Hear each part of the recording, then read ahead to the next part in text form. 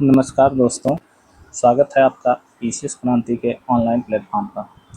दोस्तों, हम लोग अपनी घटना सार की श्रृंखला जो कि आर ओ के पॉइंट ऑफ व्यू से सबसे महत्वपूर्ण है करंट अफेयर की दृष्टि से, उसको लेकर हाजिर हैं। इससे पहले हम लोगों ने राष्ट्रीय भाग के जो राष्ट्रीय पोर्शन था व्याख्यायित वाला, उसका कुछ एक सेगमेंट ख़त्म कर चुके हैं।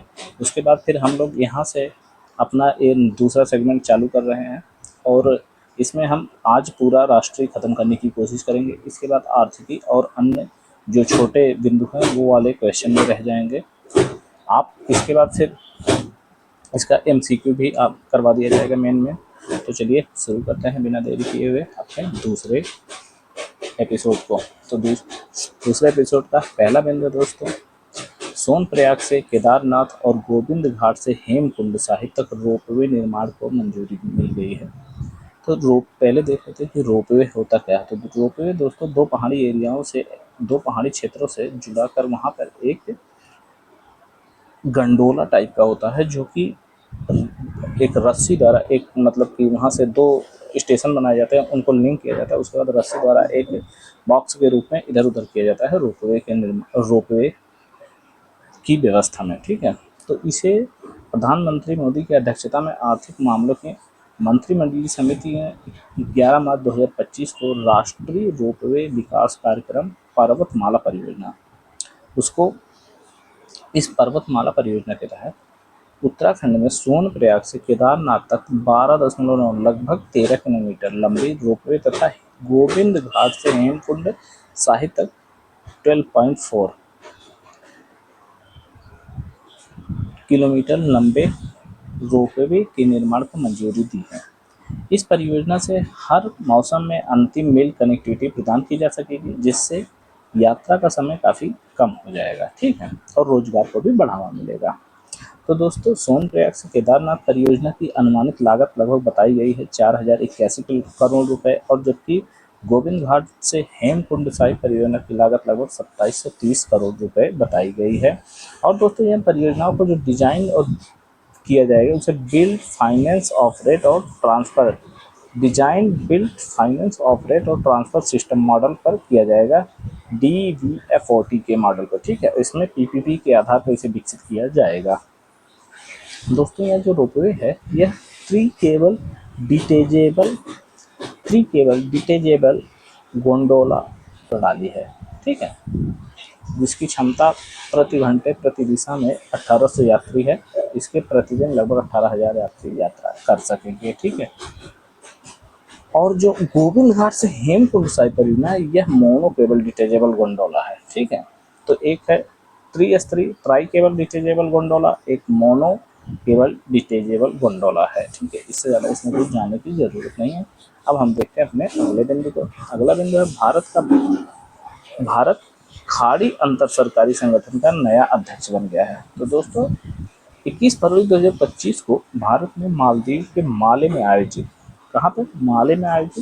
13वीं शासकीय परिषद बैठक में बांग्लादेश से बंगाल की खाड़ी अंतर सरकारी संगठन BOBPIGO bay of Bengal programme intergovernmental organisation की अध्यक्षता ग्रहण की है। इससे पहले कौन था तो दोस्तों, यह था बांग्लादेश। अब भारत बन गया है। ठीक है, यह सम्मेलन 20 से 25 फरवरी के बीच मालदीव में हुआ था। इम्पोर्टेंट बिंदु है कि बंगाल की खाड़ी अंतर सरकारी संगठन bay of Bengal programme intergovernmental organisation की बैठक कहाँ हुई थी, जहाँ पर भारत को अध्यक्षता प्रदान की गई। तो इसके मालदीव के माले में हुई थी। वर्तमान में इस संगठन में बांग्लादेश, भारत, मालदीव और श्रीलंका अस्थायी सदस्य हैं। इसके अलावा इंडोनेशिया, मलेशिया, म्यांमार, थाईलैंड सहयोगी सदस्य के रूप में आप इन चारों देशों के नाम भी जान लेंगे, कौन अस्थायी हैं कौन सहयोगी सदस्य के रूप में स्थित है। ठीक है, और दोस्तों सबसे महत्वपूर्ण बात, इस संगठन का मुख्यालय है चेन्नई में। ठीक है, और ये जो संगठन हुआ बंगाल की खाड़ी क्षेत्र की सीमा से लगे देशों का एक क्षेत्रीय मत्स्य पालन सलाहकार निकाय है। इंपॉर्टेंट बिंदु है, आप नोट डाउन कर लेंगे।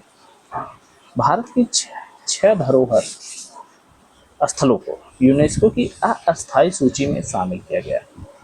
दोस्तों यूनेस्को जो है वह धरोहरों के संरक्षण हेतु 2 सूचियों का निर्माण किया, एक अस्थायी सूची, एक अस्थायी सूची।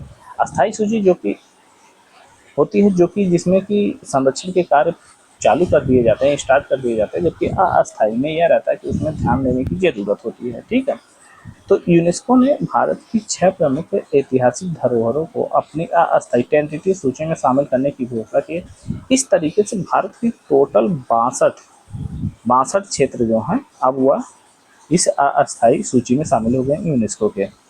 अब जो शामिल किए गए हैं उनको देख लेते हैं। तो उसमें है सम्राट अशोक के शिलालेख, जो कि मध्य प्रदेश में स्थित सम्राट अशोक का शिलालेख, 64 योगिनी मंदिर, गुप्तकालीन मंदिर, बुंदेला शासकों के किले जैसे महल, छत्तीसगढ़ स्थित कांगेर घाटी राष्ट्रीय उद्यान, तेलंगाना स्थित मुदुमल मेगालिथिक मेनिहिर। तो ये जो 6 स्थल हैं यह है यूनेस्को की अस्थायी सूची में शामिल कर दिया गया है। तो अब इसको सिंगल सिंगल करके बारी बारी से देख लेते हैं सबकी चीज़ों की विशेषताएं। इन 6 चीज़ों की विशेषताएं देख लेते हैं, 6 स्थलों की। तो दोस्तों आप जानते हैं कि कंगेर घाटी राष्ट्रीय उद्यान यह छत्तीसगढ़ में स्थित है। यह प्राकृतिक सौंदर्य, भूवैज्ञानिक विशेषता और जैव विविधता के मानक पर खरा उतरने के कारण इसे छत्तीसगढ़ के बस्तर जिले में स्थित है। कंगेर घाटी राष्ट्रीय उद्यान को यूनेस्को की अस्थायी सूची में शामिल किया गया है। यह उद्यान चूना पत्थर की गुफाओं, जलप्रपातों और समृद्ध वनस्पतियों का घर है। तो आप ये जान लेंगे, और इसमें अब तमाम चीज़ें और हैं, उसे हमें ध्यान देने की ज़रूरत नहीं है। जो एग्जाम के पॉइंट ऑफ व्यू से जो इम्पोर्टेंट है हम लोग तो इसी पे बात करेंगे। तो एक और महत्वपूर्ण बात है कांगेर घाटी राष्ट्रीय उद्यान में, वह है 125 फीट ऊंचा तीरथगढ़ जलप्रपात। तो आप जहाँ से कंगेर नदी निकलती है, तो आप एक और चीज़ जान लेंगे कि तीरथगढ़ जलप्रपात कहाँ स्थित है, तो कांगेर घाटी में स्थित है। ये किस नदी पे बना है, तो ये कांगेर नदी पे बना है। अब अपना दूसरा देख लेते हैं, मुदुमल मेगालिथिक मेनिहिर तेलंगाना। तो दोस्तों जो एक मेनिहिर होता है, ये पत्थरों के बड़े बड़े पत्थरों से एक ऊर्ध्वाधर रूप में खड़ा किया गया शिला होता है। वहाँ पर इसमें देखा गया है कि इस शिलाओं में, जो कि ऊपर ऊर्ध्वाधर रूप में स्थित होती हैं, यह है जब समाधान किया जाता है तो उनको पॉइंट ऑफ व्यू से दर्शाया जाता है। तो प्राचीन काल में तो इस तरीके से इसको भी एक प्रमुख स्थल के रूप में यूनेस्को के अस्थायी सूची में शामिल किया गया है। और यह खगोलीय अध्ययन के लिए उपयोग की जाती है। यह स्थल भारत में प्राचीन मेगालिथिक संस्कृति को समझने के लिए महत्वपूर्ण साक्ष्य प्रदान करता है। अशोक कालीन शिलालेख स्थल विभिन्न राज्यों की एक श्रेणीकृत नामांकन है, जिनमें उन विभिन्न स्थलों को शामिल किया गया है जहां सम्राट अशोक के शिलालेख पाए गए हैं। 3री शताब्दी ईसा पूर्व के अभिलेख चट्टानों, गुफाओं और स्तंभों पर उकेरे गए हैं। 64 योगिनी मंदिर दोस्तों, यह भी मध्य प्रदेश में स्थित है। ठीक है, गोलाकार संरचना है। 64 योगिनी मंदिर से एक महत्वपूर्ण विशेषता यह भी है कि हमारा जो पुराना संसद था भारत का, वह इसी से प्रभावित था। हम देखते हैं अगला बिंदु, गुप्तकालीन मंदिर। यह मंदिर गुप्तकालीन स्थापत्य कला के उत्कृष्ट उदाहरण है, जो अपनी परिष्कृत डिजाइन और कलात्मक श्रेष्ठता के लिए जाने जाते हैं। और यह दोस्तों 4वीं से 6वीं शताब्दी ईसा के बीच इनको निर्माण किया गया था। और यह भारतीय मंदिर स्थापत्य कला के एक महत्वपूर्ण स्तंभ है, जिसमें से आप देख लेंगे दशावतार का मंदिर है, और फिर भीतरी का मंदिर है, और नचना कुठार का मंदिर है। ये सब जो उत्तर प्रदेश और मध्य प्रदेश में स्थापित हैं। ठीक, बुंदेला राजवंश के महल किले। ठीक है, बुंदेला राजवंश आप जानते हैं कि बुंदेलखंड रीजन है, जो कि मध्य प्रदेश और उत्तर प्रदेश का सीमांत जिले जो हैं कुछ बुंदेल के, वहाँ स्थापित यह बुंदेला राजवंश स्थापित था। वहाँ के कुछ किलों को भी यूनेस्को द्वारा अस्थायी रूप में अपने उसमें सम्मिलित किया गया है। तो इसमें महत्वपूर्ण जो महल हैं तो उसकी बात की जाएगी तो ओरछा का जहांगीर महल, दतिया का गोविंद महल महत्वपूर्ण है। और ये जो महल हैं यह 2 शैलियों पे एक तरीके से विकसित किए गए हैं, एक है राजपूत और दूसरी है मुगल वास्तुकला। इन दोनों का भी इसमें स्तर दिखाई देता है। तो अब इस तरीके से हम देखें तो हमारे टोटल 62 अस्थायी स्थल हैं यूनेस्को में शामिल, और अस्थायी स्थलों में 43 हैं। तो 43 में भी वर्गीकृत किया गया अलग अलग तरीके से, जिसमें से 35 सांस्कृतिक स्थल श्रेणी हैं, 7 प्राकृतिक स्थल है और 1 मिश्रित स्थल श्रेणी है। ठीक है, तो यह था हमारा बिंदु। अब चलते हैं दूसरे बिंदु की तरफ। देश की पहली नदी डॉल्फिन गणना रिपोर्ट 2025। दोस्तों अभी हाल ही में भारत ने देश में पहली नदी डॉल्फिन की गणना करवाई थी और इस रिपोर्ट को भी जो जनगणना करवाई गई थी डॉल्फिन्स की, उसकी अब रिपोर्ट भी आ गई है। यह रिपोर्ट विश्व वन्यजीव दिवस 3 मार्च 2025 को प्रधानमंत्री नरेंद्र मोदी ने गुजरात के गिर नेशनल पार्क में राष्ट्रीय वन्यजीव बोर्ड की 7वीं बैठक की अध्यक्षता करते हुए देश की पहली नदी डॉल्फिन गणना रिपोर्ट जारी की थी। ठीक है, अब इस तरीके से भारत में, इस रिपोर्ट के अनुसार भारत में कुल 6327 गंगा नदी डॉल्फिन्स और 3 सिंधु नदी डॉल्फिन्स पाई जाती हैं। ठीक है, तो यह अध्ययन किया गया था 8 राज्यों के 28 नदियों में किया गया था। ठीक, अब इसमें देखा जाए, अगर राज्य के अनुसार देखा जाए कि कहाँ पे कितनी ज़्यादा डॉल्फिन्स पाई जाती है, तो उसमें उत्तर प्रदेश में सबसे ज़्यादा पाई जाती हैं, लगभग 2397 डॉल्फिन्स उत्तर प्रदेश में दर्ज की गई। इसके बाद फिर नंबर आता बिहार का, जहाँ पर 2220, और उसके बाद नंबर आता पश्चिम बंगाल का 815, इसके बाद असम और झारखंड। ठीक है, तो आप कम से कम टॉप 4 तो याद ही रखें क्योंकि क्वेश्चन में इसके ज़्यादा चांस है बनने की। तो उत्तर प्रदेश पहले स्थान पे, फिर बिहार, फिर पश्चिम बंगाल, फिर असम, फिर झारखंड। इस दौरान गंगा का जो मुख्य धारा में औसतन 3275 गंगा की सहायक नदियों में 2414, ब्रह्मपुत्र की मुख्य धारा में 584 और ब्रह्मपुत्र की सहायक नदियों में 51, ब्यास नदी में 4 डॉल्फिन्स की गणना की गई थी। अब हम यहाँ पे ये भी देख रहे थे कि राष्ट्रीय वन्यजीव बोर्ड की 7वीं बैठक जो हुई है वह गुजरात के गिर नेशनल पार्क में हुई थी। तो यहाँ पे कुछ और निर्णय लिए गए हैं इस राष्ट्रीय वन्यजीव रक्षा बोर्ड द्वारा, जिसमें से कुछ महत्वपूर्ण बिंदु है उसको भी डिस्कस कर लिया जाता है। तो प्रधानमंत्री मोदी ने इस अवसर पर जूनागढ़ में राष्ट्रीय वन्यजीव रेफरल केंद्र की आधारशिला रखी है। तो जूनागढ़ में राष्ट्रीय वन्यजीव रेफरल केंद्र की स्थापना रखी गई है। इस अवसर पर प्रधानमंत्री ने 2025 में एशियाई शेरों की 16वीं जनगणना शुरू करने की भी घोषणा की गई। यानी कि एशियाई शेरों की अब तक 15 जनगणना हो चुकी है, अब इसके बाद यह 16वीं जनगणना होगी। इसके अलावा कुछ और बिंदु हैं। वर्धा वन्यजीव अभयारण्य, यहाँ प्राकृतिक रूप से बढ़ रही एशियाई शेरों की आबादी को देखते हुए वहाँ भोजन की उपलब्धता बढ़ाने, पर्यावरण सुधारने के प्रयास किए जाने की घोषणा की गई। आप जानते हैं कि वर्धा वन्यजीव अभयारण्य गुजरात में स्थित है। वहीं वन्यजीव मानव संघर्ष को नियंत्रित करने के लिए कोयम्बटूर तमिलनाडु में जो स्थित है Salim Ali centre for ornithology and natural history, इसको एक उत्कृष्टता केंद्र के रूप में स्थापित किया जाएगा, जिससे कि वन्य जीव मानव संघर्ष को नियंत्रित किया जा सके, जो कि हाल ही में बहुत ज़्यादा बढ़ने लगा है। और इसके अलावा वन्य जीव की निगरानी और संघर्ष में प्रबंधन के लिए AI, रिमोट सेंसिंग, जियो स्पेशियल मैपिंग इत्यादि तकनीकों का उपयोग करने पर विचार किया गया है।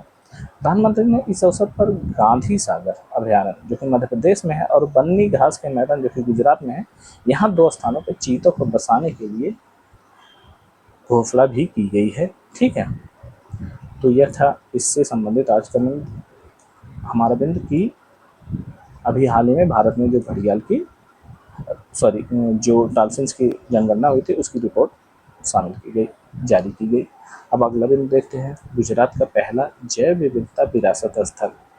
दोस्तों 30 जनवरी 2025 को गुजरात जैव विविधता बोर्ड ने कच्छ जिले के लाखपत तालुका के गुनेरी गांव में अंतर्देशीय मैंग्रोव गुनेरी स्थल को आधिकारिक रूप से गुजरात का पहला जैव विविधता विरासत घोषित किया है। ठीक है, और यह जो क्षेत्र है अंतर्देशीय मैंग्रोव गुनेरी स्थल, यह 32.78 हेक्टेयर क्षेत्र में फैला हुआ है। यह जैव विविधता विरासत स्थल के साथ साथ कच्छ की पारिस्थितिक पहचान को मजबूत करता है और जैव विविधता संरक्षण में भी महत्वपूर्ण योगदान देता है। इससे ज़्यादा अब यहाँ पे देखने की ज़रूरत नहीं है कि गुजरात का पहला जैव विविधता विरासत स्थल है वह है लखपत तालुका के गुनेरी गांव में स्थित अंतर्देशीय मैंग्रोव गुनेरी स्थल, जो कि गुजरात के कच्छ जिले में स्थित है। अगला दिन देखते हैं, भारत यूरो ड्रोन कार्यक्रम में पर्यवेक्षक के रूप में शामिल हुआ। दोस्तों यूरोपियन संघ है वह एक ड्रोन का निर्माण कर रही है, बेहतर क्वालिटी के ड्रोन का निर्माण कर रही है, जिसका नाम रखा है उसने, इस कार्यक्रम का नाम रखा है यूरो ड्रोन। अब इस यूरो ड्रोन में भारत भी शामिल हो गया है पर्यवेक्षक के रूप में। अब इसमें उद्देश्य क्या था कि भारत का यूरो ड्रोन में शामिल होने का, कि भारत जो अमेरिका के MQ-9B जैसे ड्रोन है और इजराइल के कुछ महत्वपूर्ण ड्रोन हैं जो कि भारत द्वारा खरीदे गए हैं, उस पर निर्भरता को कम करने के लिए भारत ने भी इस ड्रोन क्षेत्र में आत्मनिर्भरता से सम्मिलित होने के लिए भारत ने इस यूरो ड्रोन कार्यक्रम में पर्यवेक्षक के रूप में शामिल होने के लिए घोषणा की है। दोस्तों, अब यूरो ड्रोन कार्यक्रम के बारे में जान लेते हैं। यह मल्टीनेशनल यूरो ड्रोन कार्यक्रम है जिसमें कई देशों के साथ मिलकर इस कार्यक्रम को प्रायोजित किया जा रहा है। भारत इसमें पर्यवेक्षक राष्ट्र के रूप में शामिल हुआ है। इसकी घोषणा जो है कि भारत की तरफ से कौन सा संगठन इस में पर्यवेक्षक के रूप में शामिल होगा, तो वह है संयुक्त आयुध सहयोग संगठन। ठीक है, ऑकार, organisation for joint armament cooperation. सुन रहे हैं, कौन सा शामिल होगा, तो वह है संयुक्त आयुध सहयोग संगठन। भारत यूरो ड्रोन में शामिल होने वाला दूसरा एशिया प्रशांत भागीदार देश बन गया है। इससे पहले एशिया प्रशांत से जापान भी इस कार्यक्रम में शामिल हो चुका है। ठीक है, और जो ये यूरो ड्रोन होगा यह एक medium altitude long endurance male remotely piloted aircraft system है। ठीक है, यह ड्रोन आधारित निगरानी और टोही प्रणाली है जिसका उद्देश्य पारंपरिक मानव रहित हवाई वाहनों से उन्नत क्षमताएं प्रदान करता है। और इस कार्यक्रम की शुरुआत दोस्तों हुई थी 2016 में, और इसमें जो 4 प्रमुख देश हैं वह महत्वपूर्ण है देख याद करना। पहले है जर्मनी, दूसरा इटली है, तीसरा है फ्रांस, चौथा है स्पेन, जिनकी यह संयुक्त पहल है। ठीक है, ये 4 देशों की, मतलब यूरो ड्रोन कार्यक्रम किसकी पहल है, तो ये 4 देशों की, जिसमें से जर्मनी, फ्रांस, इटली और स्पेन। और इसमें जो हिस्सेदारी करने वाली कंपनियां हैं उनका भी नाम जान लेना चाहिए। पहली कंपनी है एयरबस स्पेन की, दूसरी कंपनी है डसाल्ट एविएशन, जिसने डसाल्ट, दोस्तों आपको यहाँ एक बिंदु और बताते हैं कि डसाल्ट एविएशन है जिसने भी कि राफेल का निर्माण किया हुआ है, यानी राफेल भी डसाल्ट द्वारा बनाया गया, यह फ्रांस की एक कंपनी है। और इटली की तरफ से लियोनार्डो इसमें शामिल है। ठीक है, और भारत की तरफ से कौन इसमें पर्यवेक्षक के रूप में शामिल होगा, वह है संयुक्त आयुध सहयोग संगठन। ठीक है, और इसका प्रोटोटाइप उड़ान वर्ष, जो यूरो ड्रोन कार्यक्रम का प्रोटोटाइप जो बनाया जाएगा उसका उड़ान वर्ष संभावित किया गया 2027 में लगभग। ठीक है, अब चलते हैं हम अपने अगले बिंदु की तरफ। अंतर्राष्ट्रीय बिग क्लाइंट अलायंस, अंतर्राष्ट्रीय big cat alliance IBCA framework समझौता लागू हो गया। दोस्तों इसका निर्माण हुआ था 2023 में लागू हुआ था। अब इसे एक फ्रेमवर्क समझौते के रूप में लागू कर दिया गया है, क्योंकि 5 देश 23 जनवरी 2025 को 5 देश निकारागुआ, स्वातिनी, भारत, सोमालिया और लाइबेरिया, इन्होंने इस फ्रेमवर्क के समझौते पर हस्ताक्षर कर दिया गया है, यानी कि अब इसे अंतर्राष्ट्रीय कानूनी दर्जा प्राप्त हो गया है। ठीक है, इसमें अब तक 27 देश शामिल हो चुके हैं। ठीक है, यानी कि जो यह IBCA है इसमें 27 देश शामिल हो चुके हैं। इसके अलावा कई राष्ट्रीय अंतर्राष्ट्रीय संगठन भी हैं जो वन्य जीव संरक्षण के क्षेत्र में कार्यरत हैं, वह भी ICA के साथ साझेदारी करने के लिए उत्सुक है। ठीक है, अब हम देख लेते हैं कि ICA के बारे में देख लेते हैं कि यह क्या है। तो ICA है जो इसकी शुरुआत हुई थी 9 अप्रैल 2023 को प्रधानमंत्री नरेंद्र मोदी द्वारा प्रोजेक्ट टाइगर की 50वीं वर्षगांठ के अवसर पर इसकी शुरुआत की गई थी। और उसके बाद फिर केंद्रीय मंत्रिमंडल ने 29 फरवरी 2024 को एक बैठक में IBCA की स्थापना को मंजूरी दी थी, जिसका मुख्यालय भारत में स्थापित करने का निर्णय लिया गया था। अब ये IBCA है जो दुनिया भर के 7 प्रमुख प्रजातियां हैं, बिल्ली प्रजातियां हैं, जिसमें है बाघ, शेर, तेंदुआ, हिम तेंदुआ, चीता, जगुआर और प्यूमा के संरक्षण पर केंद्रित है। ठीक है, अब आपको यहाँ एक बिंदु और नोट डाउन कर लेना चाहिए कि भारत में इन 7 प्रमुख प्रजातियों में से 2 प्रजातियां नहीं पाई जाती हैं, जो कि जगुआर और प्यूमा। जगुआर और प्यूमा भारत में नहीं पाए जाते, बाकी 5 प्रजातियां भारत में पाई जाती हैं जो विश्व की प्रमुख बिल्ली प्रजातियां हैं, जिसमें से बाघ, शेर, तेंदुआ, हिम तेंदुआ और चीता है।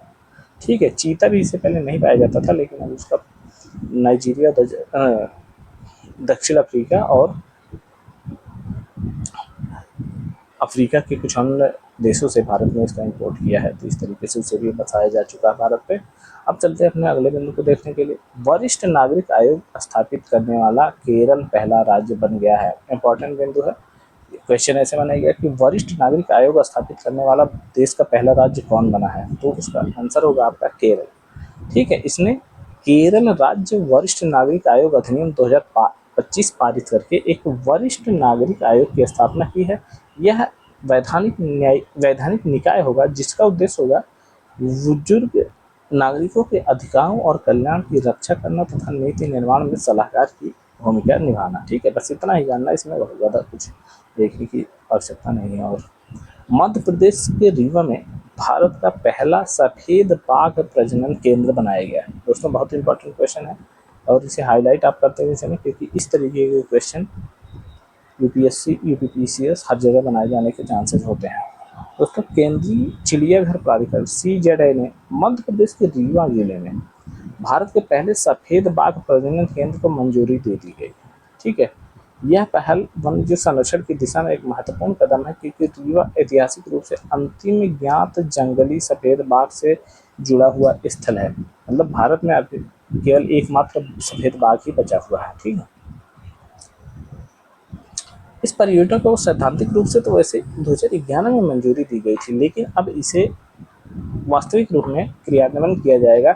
इसे गोविंदगढ़, जो कि रीवा में स्थित है, गोविंदगढ़ में स्थापित किया जाएगा, जो मुकुंदपुर के सफ़ेद बाघ सफारी के पास स्थित है। यानी कि रीवा का जो मुकुंदपुर है वहाँ सफ़ेद बाघ सफारी था, वहीं के पास में गोविंदगढ़ में इस परियोजना को स्थापित किया जाएगा। इस सफ़ेद बाघ प्रजनन केंद्र को स्थापित किया जाएगा। तो दोस्तों मध्य प्रदेश के रीवा जिले के गोविंदगढ़ में स्थित किया जाने वाला white tiger breeding centre Mukundpur सफ़ेद बाघ सफारी राज्य की एकमात्र सफ़ेद बाघ पर्यटन सुविधा से 10 किलोमीटर दूर होगा। रीवा को दोस्तों एक महत्वपूर्ण बात यह है कि रीवा को सफ़ेद बाघों की भूमि भी कहा जाता है।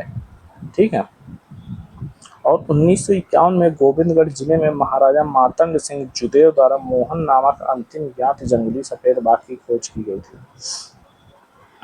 मध्य प्रदेश को अपने अनुकरणीय वन्यजीव संरक्षण कार्यों के लिए टाइगर स्टेट, लेपर्ड स्टेट और चीता स्टेट के रूप में भी जाना जाता है। तो दोस्तों यह था इससे संबंधित महत्वपूर्ण बिंदु। अब देखेंगे हम अगले बिंदु पर, वह है नीति आयोग की राज्य उच्च शिक्षा पर रिपोर्ट। यानी कि नीति आयोग द्वारा अभी जो उच्च शिक्षा पर रिपोर्ट जारी की गई है उसमें क्या क्या दिया गया है, उसका आउटकम क्या है, इसको देख लेंगे। मैंने दोस्तों यहाँ तो मुख्य परीक्षा में क्वेश्चन बनेंगे, प्रीलिम्स से क्वेश्चन बनने के चांस बहुत कम है इस रिपोर्ट से। नीति आयोग ने राज्यों और राज्य सार्वजनिक विश्वविद्यालयों के माध्यम से गुणवत्तापूर्ण उच्च शिक्षा का विस्तार नामक रिपोर्ट जारी की है, जिसे 10 फरवरी 2025 को किया गया था। इस रिपोर्ट को नीति आयोग के उपाध्यक्ष सुमन बेरी ने उच्च शिक्षा विभाग के प्रमुख अधिकारियों के साथ लॉन्च किया है। ठीक है, तो आप ये भी जान लेंगे कि इसे लॉन्च कौन किया, तो इसे सुमन बेरी जो कि नीति आयोग के उपाध्यक्ष हैं और उच्च शिक्षा विभाग के प्रमुख अधिकारियों ने के साथ इसे लॉन्च किया है। अब इस रिपोर्ट से संबंधित महत्वपूर्ण बिंदु को, महत्वपूर्ण आउटकम को देख लेते हैं। दोस्तों यह रिपोर्ट पहली बार विशेष रूप से राज्य सार्वजनिक विश्वविद्यालयों पर केंद्रित है।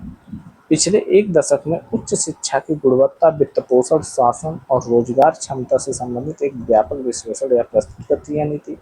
ठीक है, इसमें लगभग 80 नीतिगत सिफारिशें और एक रणनीतिक रोडमैप भी शामिल किया गया है, जो कि हमारी नई शिक्षा नीति यानी कि 2024 और विकसित भारत 2047 के अनुरूप है। ठीक है, इसमें यह जो नीति आयोग की रिपोर्ट है इसमें दोनों विश्वविद्यालयों को शामिल किया गया, यानी कि केंद्रीय विश्वविद्यालय और राज्य विश्वविद्यालय।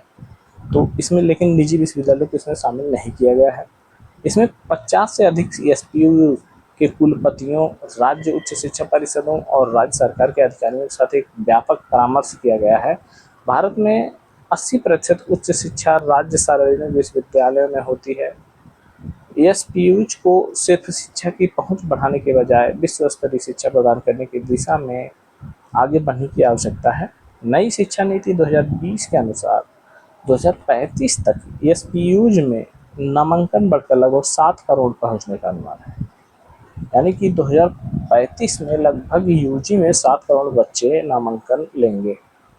राज्य सार्वजनिक विश्वविद्यालयों में प्रमुख चुनौतियों के रूप में अधिक निवेश और बेहतर वित्तीय प्रबंधन की आवश्यकता है। यानी कि वहाँ निवेश की समस्या है और बेहतर वित्तीय प्रबंधन की आवश्यकता है, दोनों की, जिससे कि वहाँ पर इंफ्रास्ट्रक्चर, शिक्षा के इंफ्रास्ट्रक्चर को बेहतर रूप में स्थापित किया जा सके और तकनीकी रूप से भी उसे सुदृढ़ बनाया जा सके।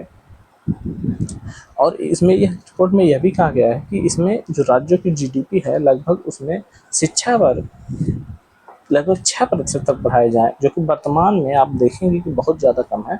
वर्तमान में राज्य में केवल 0.62% ही शिक्षा पर निवेश किया जा सकता है, जबकि इस नीति आयोग की इस रिपोर्ट ने यह कहा है कि लगभग 6% तक शिक्षा पर खर्च किया जाना चाहिए वर्तमान स्थिति को देखते हुए। दोस्तों, नीति आयोग द्वारा जारी की गई इस रिपोर्ट में राज्यों और राज्य सार्वजनिक विश्वविद्यालयों के माध्यम से गुणवत्तापूर्ण उच्च शिक्षा के विस्तार के अनुसार सभी राज्यों और केंद्र शासित प्रदेशों में जम्मू और कश्मीर जीडीपी के प्रतिशत के रूप में शिक्षा पर सबसे अधिक खर्च करता है। यानी कि जम्मू कश्मीर अपने जीडीपी का लगभग 8.1% खर्च करता है, जबकि अन्य राज्यों का औसत देखा जाए तो 0.62% ही केवल खर्च करते हैं। इस तरीके से आप देख सकते हैं कि जम्मू कश्मीर द्वारा शिक्षा पर सर्वाधिक खर्च किया जाता है। उसके बाद फिर मणिपुर खर्च करता है 7.25%। फिर तीसरा स्थान है मेघालय का, जो कि 6.64%, और चौथा स्थान है त्रिपुरा का, जो कि लगभग 6.1% खर्च करता है अपनी जीडीपी का शिक्षा पर।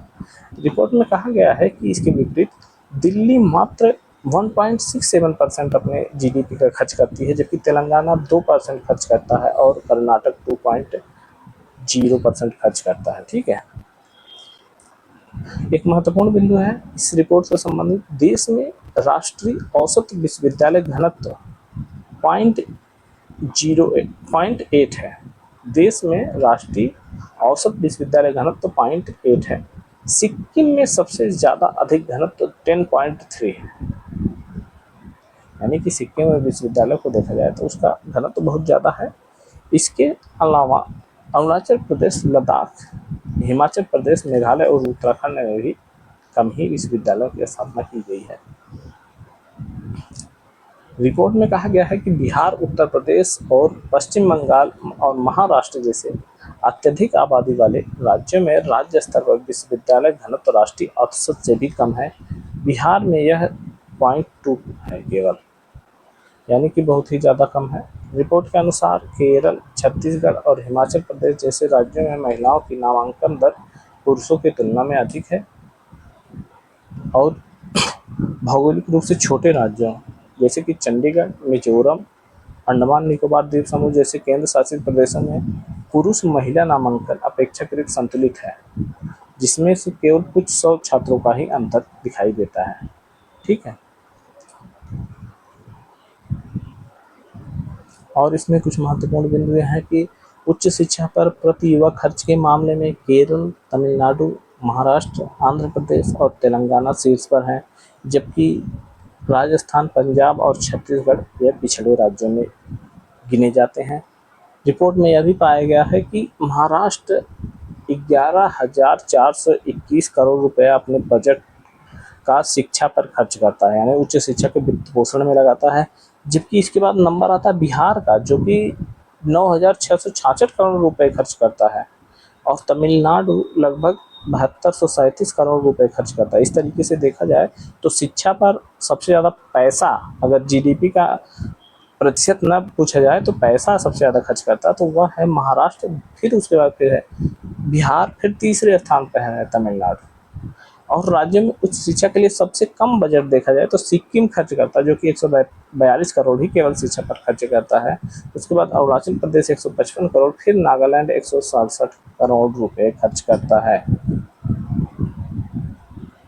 सकल राज्य घरेलू उत्पाद के प्रतिशत के रूप में उच्च शिक्षा व्यय पर विचार करते समय बिहार 1.56 के साथ शीर्ष पर, यानी कि जीडीपी के प्रतिशत में भी सबसे ज़्यादा खर्च बिहार करता है। इसके बाद जम्मू कश्मीर करता है 1.53%, फिर मणिपुर करता है 1.45%। इसके मामले में तेलंगाना सबसे कम खर्च करता है, जो कि 0.01% खर्च करता है। इस जबकि गुजरात और राजस्थान 0.23% ही खर्च करते हैं। तो यह था नीति आयोग के उच्च शिक्षा संबंधी रिपोर्ट। यह दोस्तों मेनली मेंस की एग्जाम के लिए महत्वपूर्ण है। इस प्रीलिम्स में इससे संबंधित क्वेश्चन बनने के चांस कम ही है। जम्मू कश्मीर स्थित सोनमर्ग सुरंग का उद्घाटन। दोस्तों अभी जम्मू कश्मीर में श्रीनगर कारगिल लेह राष्ट्रीय राजमार्ग जो कि लेह से श्रीनगर तक जाता है, इसमें गांदरबल जिले में, गांदरबल जम्मू कश्मीर में स्थित है। वहाँ पे गगनवीर व सोनमर्ग के बीच जेड मोड़ पर निर्मित 6.5 km लंबी जेड मोड़ सुरंग, जिसे सोनमर्ग सुरंग का नाम भी दिया गया है, इसका लोकार्पण प्रधानमंत्री नरेंद्र मोदी ने 13 जनवरी 2025 को किया है। ठीक है, इस सुरंग को सोनमर्ग से श्रीनगर तथा बाद में लद्दाख तक आवागमन को बेहतर बनाने के लिए निर्मित किया गया है। भारी बर्फबारी के कारण इस क्षेत्र में पहाड़ों के मुश्किल रास्तों से सोनमर्ग की दूरी तय करने में घंटों लगते थे। अब वह 6.5 km की दूरी इस सुरंग से केवल 15 मिनट में ही पूरी की जा सकेगी। इसके निकट ही जोजिला सुरंग है, जिसे 2026 तक पूरी तरह शुरू होने की संभावना है। यह श्रीनगर लेह राष्ट्रीय राजमार्ग पर यह सुरंग कारगिल व लद्दाख के अन्य स्थानों के लिए हर मौसम में कनेक्टिविटी प्रदान करेगा। ठीक है, और इस टनल का पहले नाम जेड मोड़ था, अब इसे नाम बदलकर सोनमर्ग टनल कर दिया गया है, यह भी आप ध्यान रखेंगे। अब अगला बिंदु देखते हैं दोस्तों। मध्य प्रदेश का माधव राष्ट्रीय उद्यान 58वां और रातापानी वन्य जीव अभयारण्य 57वां टाइगर रिजर्व घोषित कर दिया गया है। यानी कि देश का 57वां और 58वां टाइगर रिजर्व घोषित कर दिए गए हैं। देश के 58वें टाइगर रिजर्व के रूप में देखा जाए तो वह माधव टाइगर रिजर्व है, जो कि मध्य प्रदेश का 9वां टाइगर रिजर्व बन गया है। और इसकी जानकारी केंद्रीय पर्यावरण मंत्री भूपेंद्र यादव ने सोशल मीडिया प्लेटफॉर्म एक्स पर दी थी। और 97वें टाइगर रिजर्व के रूप में रातापानी वन्यजीव अभयारण्य को यह दर्जा दिया गया है। अब दोस्तों देख लेते हैं माधव बाघ अभयारण्य मध्य प्रदेश के शिवपुरी में स्थित है। यह अभयारण्य कुल 3,75,023 हेक्टेयर वर्ग क्षेत्र में स्थित है। इसका कोर क्षेत्र 375 वर्ग किलोमीटर तथा बफर जोन 1776 वर्ग km है। वर्तमान में इस टाइगर रीजन में कुल 5 बाघ हैं, जिसे हाल ही में 2 शावक का जन्म दिया था। दोस्तों राष्ट्रीय बाघ संरक्षण प्राधिकरण national tiger conservation authority NTCA ने माधव राष्ट्रीय उद्यान को बाघ अभयारण्य के रूप में अधिसूचित करने के प्रस्ताव को मंजूरी दिसंबर 2024 में प्रदान की थी। ठीक है, और इसे राज्य सरकार द्वारा अधिसूचित कर दिया गया है। और यह दोस्तों माधव टाइगर रिजर्व जो है यह 9वां टाइगर रिजर्व बन गया, यानी कि मध्य प्रदेश में सर्वाधिक टाइगर रिजर्व है 9। और मध्य प्रदेश में ही अब एक दूसरा वन्य यह टाइगर रिजर्व वह है रातापानी वन्यजीव अभयारण्य। इसे 57वां टाइगर रिजर्व बनाया गया था। मध्य प्रदेश का 8वां टाइगर रिजर्व घोषित किया गया था। इससे पहले दोस्तों गुरु घासीदास तमोर पिंगला टाइगर रिजर्व छत्तीसगढ़ का 4था टाइगर रिजर्व बना था। छत्तीसगढ़ सरकार ने राज्य के गुरु घासीदास तमोर पिंगला वन्यजीव अभयारण्य को औपचारिक रूप से बाघ अभयारण्य नवंबर 2024 में अधिसूचित किया था, जो देश का 56वां टाइगर रिजर्व था। इस तरीके से जो मध्य प्रदेश में 9 टाइगर रिजर्व है उसमें अगर देखा जाए तो सतपुड़ा, पेंच, बांधवगढ़, कान्हा, संजय दुबरी, पन्ना, रानी दुर्गावती, रातापानी और माधवगढ़ है। ठीक है, अब अपने अगले बिंदु की तरफ देखते हैं। तो देश में UCC लागू करने वाला उत्तराखंड पहला राज्य बन गया है। उत्तराखंड में पुष्कर सिंह धामी के नेतृत्व वाली भाजपा सरकार ने 27 जनवरी 2025 से राज्य में समान नागरिक संहिता लागू करने के स्वतंत्रता के पश्चात देश में UCC लागू करने वाला पहला राज्य बन गया है। ठीक है, इसके अलावा उत्तराखंड के अलावा गोवा में भी समान नागरिक संहिता पुर्तगाली शासन से ही लागू है। यानी इस तरीके से देखें तो दूसरा राज्य बना है, लेकिन अगर स्वतंत्रता के बाद से देखें तो यह पहला राज्य बना है। ठीक है, समान नागरिक संहिता लागू होने के बाद से अब राज्य में सभी नागरिकों के लिए संवैधानिक एवं नागरिक अधिकार एक समान हो गए हैं। संविधान के अनुच्छेद 342 तथा 366 के तहत वर्णित अनुसूचित जनजातियों को इसके दायरे से बाहर रखा गया है। इससे उनके रीति रिवाजों का संरक्षण हो सकेगा। ठीक है, यानी कि इसमें जनजातियों को, SC ST को शामिल नहीं किया गया है, यानी कि UCC के दायरे में नहीं किया लाया गया है SC ST को। UCC लागू होने से राज्य में सभी धर्मों की महिलाओं को अब समान अधिकार मिलेंगे। इसमें बहु विवाह, बाल विवाह, 3 तलाक, हलाला जैसी कुप्रथाओं पर रोक लगाई जाएगी। और अब विवाह, तलाक, उत्तराधिकार तथा लिव इन रिलेशनशिप जैसे मामलों में भी अब अधिकार समान होंगे। ठीक है, और विवाहों का 60 दिन के भीतर पंजीकरण करना अनिवार्य हो जाए, यानी विवाह करने के बाद फिर विवाह सर्टिफिकेट लेना अनिवार्य बना दिया गया 60 दिन के ही भीतर। और ये जो UCC का ड्राफ्ट था, इसे तैयार करने के लिए जस्टिस रंजना देसाई की अध्यक्षता में एक समिति का गठन किया गया था, जिसने 27 मई 2025 को ये गठन हुआ था और 2024 को इसने अपनी रिपोर्ट प्रदान करी थी फरवरी में।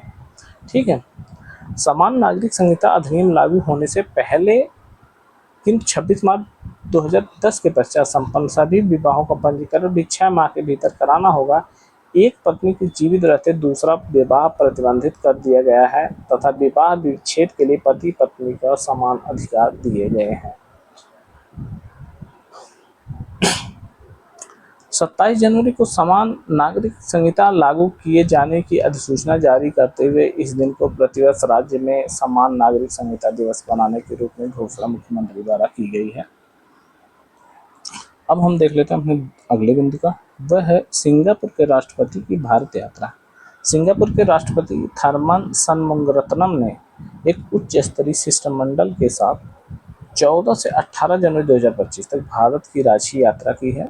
ठीक है, और यह यात्रा था वह भारत और सिंगापुर के राजनयिक संबंधों के 60वीं वर्षगांठ के अवसर पर यह उन्होंने अपने शिष्टमंडल के साथ राजकीय यात्रा की है। ठीक है, अब देख लेते हैं इस यात्रा में कौन कौन से समझौते या फिर क्या क्या निर्णय लिए गए। तो सिंगापुर के राष्ट्रपति ने एक कार्यक्रम में भारत उद्योग परिसंघ के पूर्व महानिदेशक तरुण दास को सिंगापुर भारत संबंधों में उल्लेखनीय योगदान के लिए सिंगापुर के मानद नागरिकता पुरस्कार से भी सम्मानित किया है। ठीक है, यानी कि तरुण दास को मानद नागरिकता पुरस्कार दिया है सिंगापुर ने। अब देख लेते हैं कि अगले बिंदु की,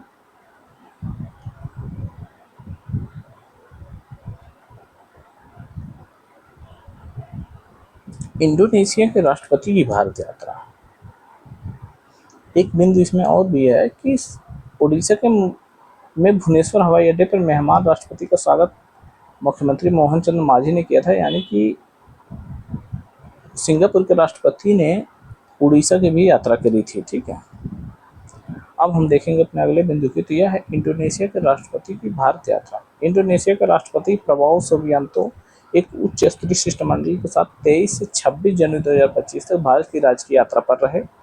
वह भारत के 76वें गणतंत्र समारोह के मुख्य अतिथि के रूप में आमंत्रित किए गए थे। ठीक है, इस बार इंडोनेशिया का 352 सदस्यीय मार्चिंग बैंड दल, जिसे में 162 सदस्यों का मार्चिंग दल था, वह 190 सदस्यों वाला बैंड दल था, 26 जनवरी को गणतंत्र दिवस परेड में शामिल हुआ था। यानी कि भारत के अलावा इसमें इंडोनेशिया के भी कुछ जवान इसमें इस परेड में शामिल हुए थे 26 जनवरी के। ठीक है, यह पहला अवसर था जब इंडोनेशिया का सैन्य दल विदेश में किसी राष्ट्रीय दिवस परेड में शामिल हुआ था। ठीक है, राष्ट्रपति प्रबोवो सुबियांतो भारत के गणतंत्र दिवस समारोह में मुख्य अतिथि के रूप में भाग लेने वाले चौथे इंडोनेशियाई राष्ट्रपति थे। ठीक है, इंडोनेशिया के पहले राष्ट्रपति सुकर्णो 26 जनवरी 1950 को भारत के पहले गणतंत्र दिवस समारोह में मुख्य अतिथि के रूप में शामिल हुए थे। यानी कि इंडोनेशिया के राष्ट्रपति पहले भारत के पहले गणतंत्र दिवस के मुख्य अतिथि थे। ठीक है, उनका नाम था सुकर्णो। ठीक, अब इस तरीके से अब तक 4 इंडोनेशियाई राष्ट्रपति हैं जो कि भारत के इस गणतंत्र दिवस समारोह में मुख्य अतिथि के रूप में शामिल हो चुके हैं। दोस्तों, भारत और इंडोनेशिया ने वर्ष 2025 को भारत आसियान पर्यटन वर्ष के रूप में मनाए जाने के फलस्वरूप भारत व इंडोनेशिया के बीच सांस्कृतिक आदान प्रदान तथा पर्यटन को बढ़ावा मिलने से दोनों पक्षों ने इस संबंध में MOU भी शामिल किया है और आतंकवाद की कड़ी निंदा भी की है। इसके अलावा जो 5 समझौते अन्य हैं उन पर भी हस्ताक्षर किया गया है, जिसमें स्वास्थ्य एवं परिवार कल्याण, आयुष, तटरक्षक बल, इलेक्ट्रॉनिक्स व सूचना प्रौद्योगिकी तथा सांस्कृतिक आदान प्रदान से संबंधित समझौते हैं। और 26 जनवरी को इंडोनेशिया राष्ट्रपति सुबियांतो मेजबान राष्ट्रपति द्रौपदी मुर्मू के साथ कर्तव्य पथ पर गणतंत्र दिवस परेड समारोह में मुख्य अतिथि के रूप में हिस्सा लिया। और गणतंत्र दिवस परेड में हिस्सेदारी के पश्चात राष्ट्रपति सुबियांतो मलेशिया के लिए रवाना हो गए।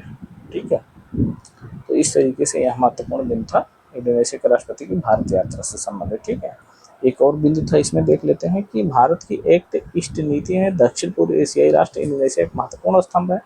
यह आसियान दक्षिण पूर्व एशियाई देशों का संघ क्षेत्र में भारत के सबसे बड़े व्यापारिक भागीदार के रूप में एक है, यानी महत्वपूर्ण है भारत के लिए अर्थव्यवस्था की दृष्टि से भी बहुत ज़्यादा। ठीक है, भारत की नौवहन प्रणाली में सुधार के लिए इसरो का 100वां प्रक्षेपण, यानी कि इसरो ने अपना 100वां प्रक्षेपण किया है। इसका उद्देश्य नौवहन प्रणाली में सुधार लाना, यानी कि कुछ उपग्रहों को लॉन्च किया गया जिसके माध्यम से नौवहन प्रणाली में बेहतर बनाए जाने का प्रयास किया जाएगा। तो देख लेते हैं इससे संबंधित महत्वपूर्ण तथ्य। 100वें प्रक्षेपण के तहत एक navigation and positioning system satellite NVS-02 का प्रक्षेपण श्रीहरिकोटा स्थित सतीश धवन अंतरिक्ष केंद्र से GSLV-15 प्रक्षेपण वाहन द्वारा किया गया है। दोस्तों, उपग्रह को भू स्थानांतरण कक्षा जियो सिंक्रोनस ट्रांसफर ऑर्बिट GTO में पहुंचाने के पश्चात इसमें लगे थ्रस्टर्स कार्य नहीं कर सके, जिससे इसे निर्धारित भू स्थिति कक्षा में स्थानांतरित नहीं किया जा सका। यानी कि यह जो प्रक्षेपण था वह बहुत बेहतर तरीके से लॉन्च इसे नहीं किया जा सका क्योंकि उसमें कुछ समस्याएं आ गई थी। ठीक है, यह भारत के नेविगेशन तंत्र नाविक, जो कि नेविगेशन विथ इंडियन कॉन्स्टलेशन के तहत NVS श्रृंखला का दूसरा उपग्रह था जिसे भारत द्वारा भेजा जा रहा था। इस श्रृंखला के पहले नेविगेशन उपग्रह NVS-01 का प्रक्षेपण GSLV-F12 के द्वारा 29 मई 2023 को इसका प्रक्षेपण कर दिया गया था। अब यह दूसरा था जो कि उपग्रह नाविका, उसको भी भेजा जा रहा था। ठीक है, इसे अमेरिका के ग्लोबल पोजिशनिंग सिस्टम GPS, चीन के बैदू, यूरोप के गैलीलियो तथा रूस के ग्लोनास का जवाब कहा जाता है। नाविक के तहत NVS-02 सैटेलाइट को बेंगलुरु स्थित UTR सैटेलाइट सेंटर ने विकसित किया है। NVS-02 का यह प्रक्षेपण इसरो का जहां 100वां प्रक्षेपण था, इसरो के नवनियुक्त चेयरमैन V नारायण के नेतृत्व में पहला ही प्रक्षेपण था और वो भी असफल हो गया। तो डॉक्टर नारायण के अनुसार 100 प्रक्षेपणों में 120 टन वजन के 548 उपग्रहों को वांछित कक्षा में इसरो ने स्थापित किया, जिसमें 23 टन के 433 विदेशी उपग्रह शामिल थे। ठीक है, तो दोस्तों यह था हमारा आज का राष्ट्रीय पोर्शन का जो कुछ बिंदु थे उनको हमने अब कवर कर लिया है। इसके अलावा जब अगला भाग आएगा इसका तो उसमें पूरा राष्ट्रीय एक तरीके से खत्म हो जाएगा। उसके बाद हम लोग आर्थिकी को भी पढ़ेंगे इसी तरीके से व्यवस्थित रूप में, जहाँ पे हम आपको एक एक बिंदु पर डिस्कशन भी कर रहे हैं और आपको अच्छे तरीके से समझाने का प्रयास किया जा रहा है। यह RO और UPPSC के आगामी एग्जामों से बहुत ही महत्वपूर्ण है करंट अफेयर्स के पॉइंट ऑफ व्यू से। तो आप इसे शेयर और सब्सक्राइब करते रहें जिससे कि हम और बेहतर कंटेंट को आपके सामने लेकर हाजिर हों। ठीक है, तो चलिए, यह था हमारा आज का दिन। अब हम मिलेंगे आपको अगले बिंदु के साथ, अगले एपिसोड के साथ। तब तक के लिए धन्यवाद दोस्तों।